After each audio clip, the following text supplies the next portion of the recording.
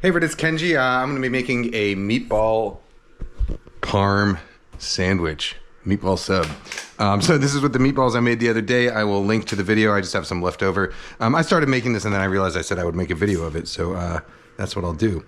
All right, so I'm going to start. I got a little garlic here. I'm going to peel it. And then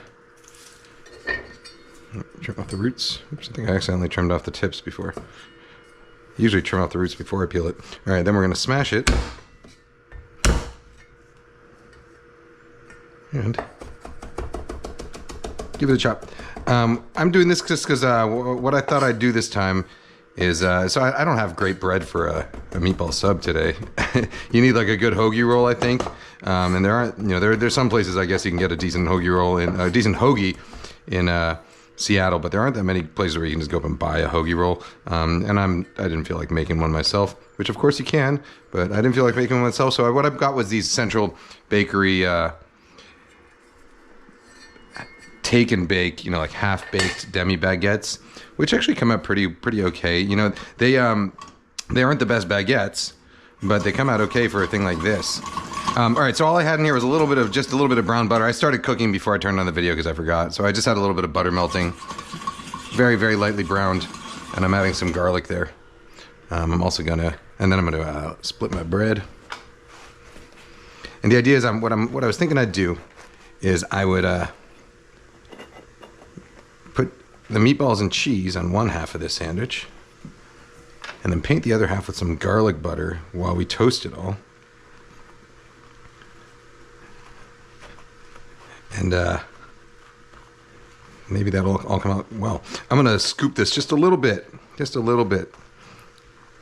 Whether you scoop your sandwich or not really depends, I think, on the type of bread you have. This one feels a little bit too hard for me. It won't squish down very well. And then I'm gonna save this bread for to dry out and go into the next batch of meatballs. So it's the circle of life. All right, we don't want the garlic to get very brown, but what I am gonna do now, take this garlic butter, and let's brush it. Let's go ahead and brush on both sides, even though only one side's really getting toasted. That butter is brown enough, it'll give it a nice little sort of toasty flavor anyway.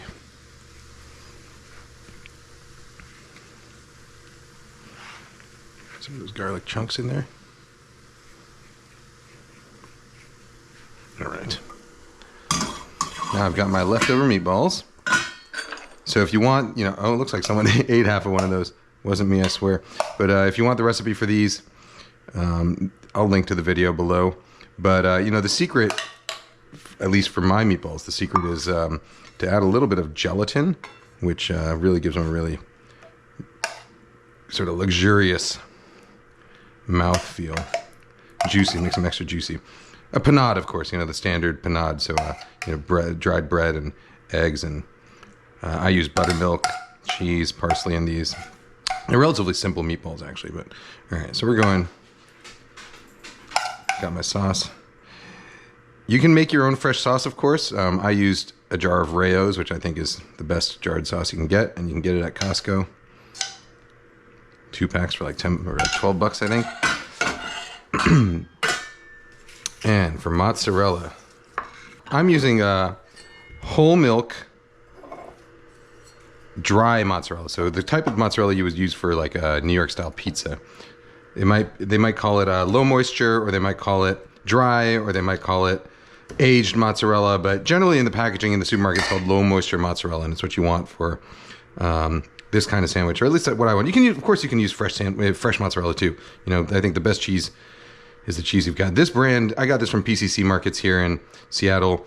It's like Bel Gioioso brand, which is like kind of the crummiest brand of commercial mozzarella you can get, but it's just fine. As I said, the best cheese is the cheese you have. All right, we got our mozzarella. I'm gonna go with a little bit of chunky Parmesan before the break.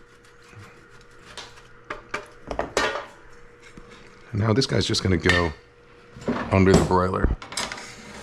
And I'm hoping that the cheese will melt and bubble at around the same rate that the bread browns and gets delicious. So let's see if that happens. All right. So that's probably going to take a few minutes. So I will be back. Well, what I'll do is I'll speed up this video and you'll see it in real time, how fast it cooks, or not in real time, in fake time. So I'll be back in.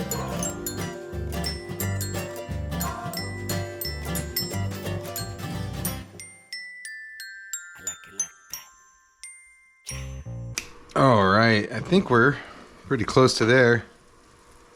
Oh boy. That melted up nice.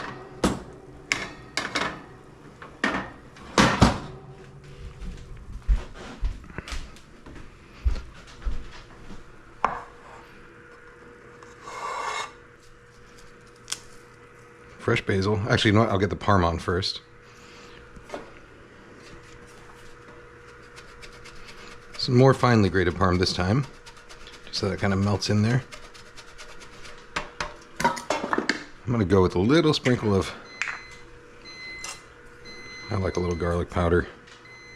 I don't know, something, because like, you know, I grew up going to pizzerias and sprinkling on garlic powder on my pizza, and so I have this like fond taste memory of garlic powder, which doesn't really taste like fresh garlic, of course, but doesn't need to.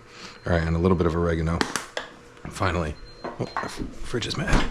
A little squeeze of olive oil.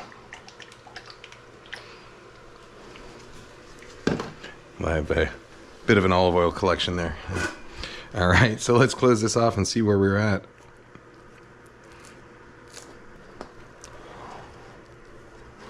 Oh, we got forgot our basil leaves here, huh?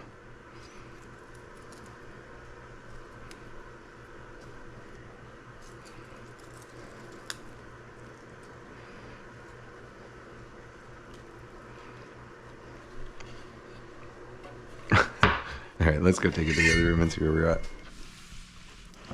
All right, I'm gonna cut this into pieces so I can.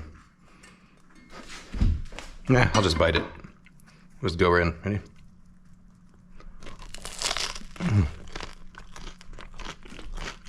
Oh boy.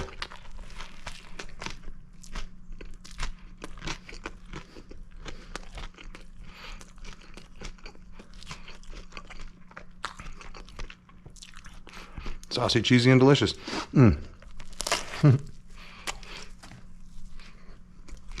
Wow.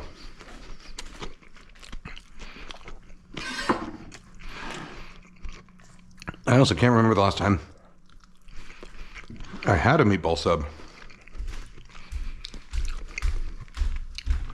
I think it was when I was visiting a friend in New Jersey in college, and I went to a Wawa and got a meatball sub. I think it was the last time I got a meatball sub, like 20 years ago. It's giving me hiccups. All right, guys, gals, non-binary pals. I will see you next time. Bye-bye.